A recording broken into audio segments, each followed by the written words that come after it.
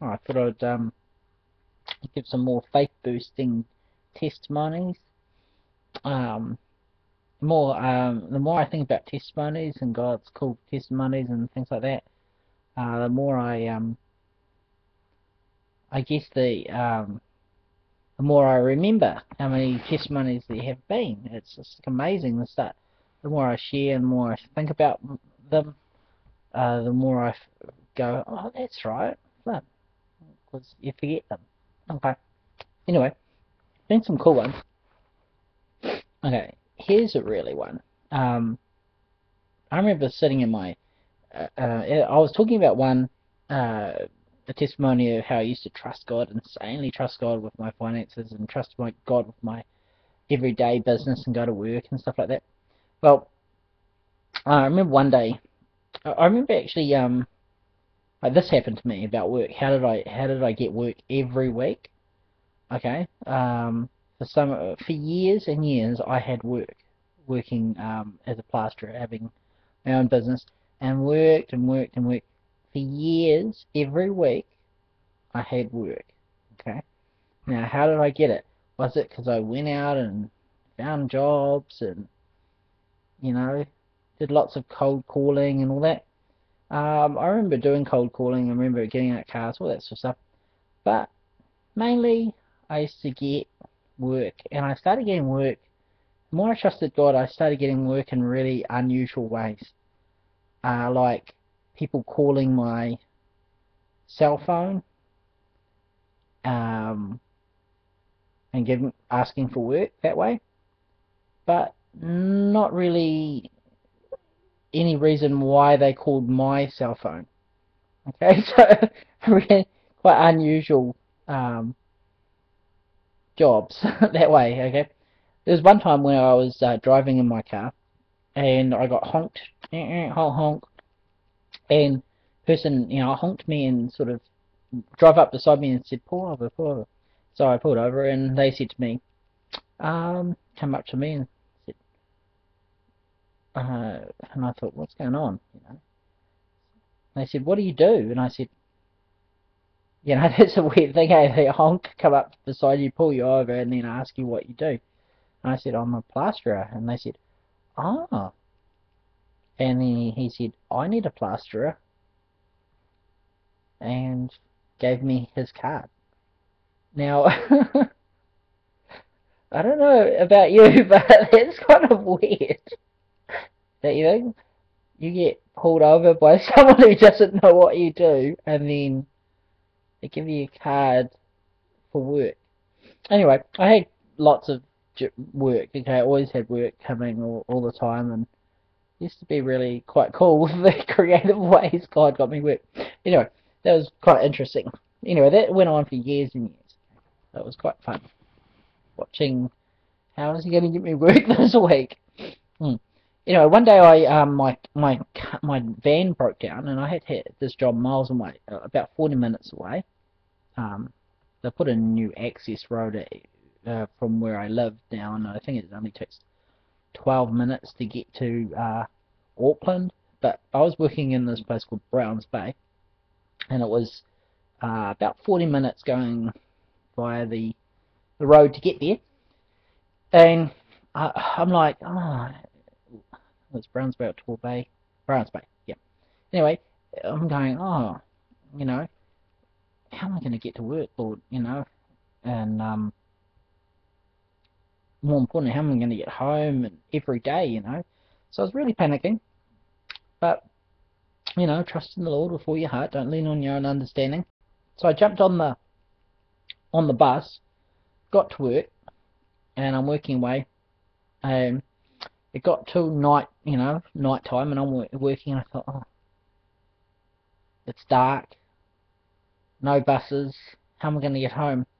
So I ended up sleeping on the ground, and I remember it was quite a rough night for me. It was lots of sawdust on the ground, and it was like a building site, so there's lots of sawdust on the ground. It wasn't all dust-free or nice, and it was a hard wooden floor, and so I was laying on the ground in the cold, no blankets, no pillows or anything, on this hard wooden floor with heaps of sawdust near my face, and it was a horrible night. You know, it was a terrible night, and I guess I remember praying and probably shedding a few tears as well, and saying, God, help me. You know, please help me.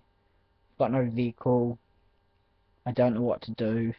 And anyway, I woke up in the morning, early, bright morning start for work, and I started working away, and then the boss arrives. The owner I was working for arrives, and he pulls in, and it gets to smoker time, and we have our smoker, and he goes, oh, how's it going? And he's talking away, and he goes, oh, and he says, oh, really cool. I bought a new truck today, and I'm like going, cool.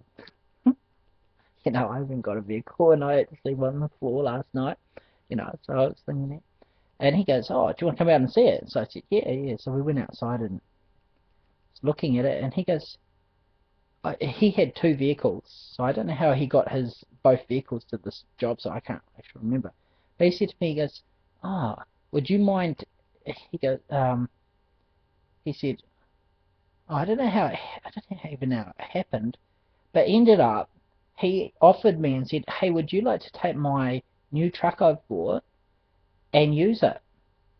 I think he might have noticed that I didn't have a vehicle or something. But anyway, he bought this brand new truck and he gave it to me, and I got the keys and I got to drive it all week. And it was just like I guess for me it was really amazing answer to prayer that I didn't have a vehicle. I was really desperate. I'd gone through quite the hell night, but in the morning, it's like that verse, His mercies are new every morning, and great is His faithfulness. That's what it reminded me of, that verse. In the morning, I got a brand new truck offered to me to use for the week. It had just been bought. And I just reminded me of how amazingly faithful God was, and how He looked after me no matter what my needs were. They were always met. Yeah, so that was a cool testimony for me. As you imagine, didn't really want to spend too many cold nights on the floor. Yeah. So how faithful is God? For me, it's always in my dire. Sometimes I have to go through it feels like there's been some quite rough nights, like some real rough nights. Okay, there's another. I've got another cool testimony. I was going on a missions trip overseas to Vanuatu, and I really felt, okay, the missions trip was coming up, and it was for some organisation called Team Missions, and I really felt, yeah, the Lord wants me to go. I really need to go. I want to do this, and the deadline was coming up, and I had to get a certain amount of money to pay for my tickets, and I only had about it was coming up to 2 weeks before I left, or something like that. It was real low, really small deadline anyway. It's either 2 weeks or a week or something before the money was due. And I prayed, Lord, if you want me to go with this, you're gonna have to provide for me, because I've only got a week to get the money. And anyway, I prayed, and what happens is we get a job for exactly $2,000 for that week. Exactly $2,000, exactly the amount of money I needed to pay at the end of the week. So I work really hard. 4 days it took me. I get paid. I get the $2,000, and on the day, the Friday, I pay it. Okay, so that was like answer to prayer. Yeah, yay. And I thought, oh well, God gave me the money to pay for my ticket to Vanuatu, to pay for the Teen Missions ticket. So He must want me to go. Then there was this, the next part. It came up. I'm leaving. I only had like a couple of weeks before I had to leave. It's coming up. I get paid the 2,000, and it's all good. And then I somehow get the rest of the money in time, pay that. But I have absolutely no money myself, personally, when I'm going overseas. And I was first going over to Brisbane to get trained up into the woods in Brisbane, somewhere 2 hours.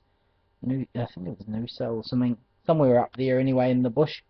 And I had, had to get trained by the Team Missions organisation, then sent over to Vanuatu, and I was going to be away for weeks and weeks. I don't know how many weeks it was. And so it's either 6 weeks or something in Vanuatu or something like that. It was a real long time anyway I was away, and I had no money.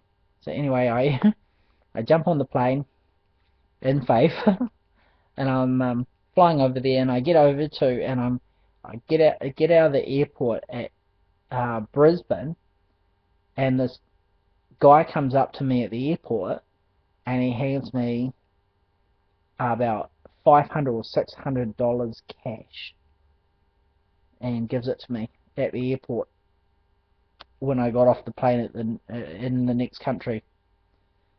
That's pretty cool, eh? So I didn't have any money before I left, but at the airport at the other end, I get handed money. Happened to be my sister's. A guy liked my sister, who ended up marrying my sister. He had gone to Sydney, Brisbane, and was in Brisbane living there with his parents. And he turns up at the airport with money, hearing about my trip to Vanuatu, and wanted to help me out. So that was very, I guess, very faith stretching, where you jump on a plane with no money and you get to get overseas, and then you get the money, the provision. Okay, so that can be a little hard, I think, maybe, for a lot of people's faith. Okay, that can stretch you. But again, amazing provision, isn't it? Amazing provision. You got the money, went without the money, got the money anyway. Okay, so that's cool. Yeah, so there's I guess there's been lots of cool testimonies like that. And yeah, it really, you could be really stretched, you know, in your faith in those situations. Yeah, so there's a couple of cool testimonies. Yeah, just wanted to encourage you, if you were having financial problems, or if you're thinking, I wonder how intervening God can be. Oh, here's another example. I was praying one time in my room and just said to God, I'd really like a house. I was just, I had never thought about a house. This was, in my 20s. And I said, God, I'd really love a house. And I was saying, God, but I haven't got any money. I don't have a deposit or anything. Anyway, I was praying away, and I said, I really like a house, Lord. Anyway, that day, okay, this is the same day, I get a phone call. And the phone call's from my mum. She says, me and my husband have been praying, and we really feel that we should sell you our house. So that's kind of cool, eh? Like the same day I get offered someone's house. And, and it gets better. And they said, and we've been thinking, we'll even give you the deposit money. So I was like, the same day I prayed the prayer, the first time I even thought about it, I prayed the prayer, and yay, I get this amazing answer to prayer, amazing answer. We'll give you a house. We'll give you the deposit money to buy our house, okay? And then same week I go into the bank with my mum, and we talk to the bank manager, and he shakes my hand and goes, congratulations on your first house. And it was just such an amazing, amazing. From just praying a prayer, just talking to the Lord about something. Yeah, that's how it happened. So, yeah, I mean, there's a lot more to that story afterwards. Okay, a lot more afterwards. So I won't go into that. Well, man, that story has a lot of things, but it's cool. Answers to prayer, really, really amazing ones. sudden ones. Can God do it? He showed me He can do anything He wants. And sometimes absolutely crazy answers, and crazy answers to your prayers, genuine prayers, well, every time, I guess, every prayer, like those prayers were just genuine and heartfelt needs and prayers and desires. So, really just want to encourage you. Trust in the Lord with all your heart. Don't lean on your own understanding. In all your ways acknowledge Him, and He will direct your paths.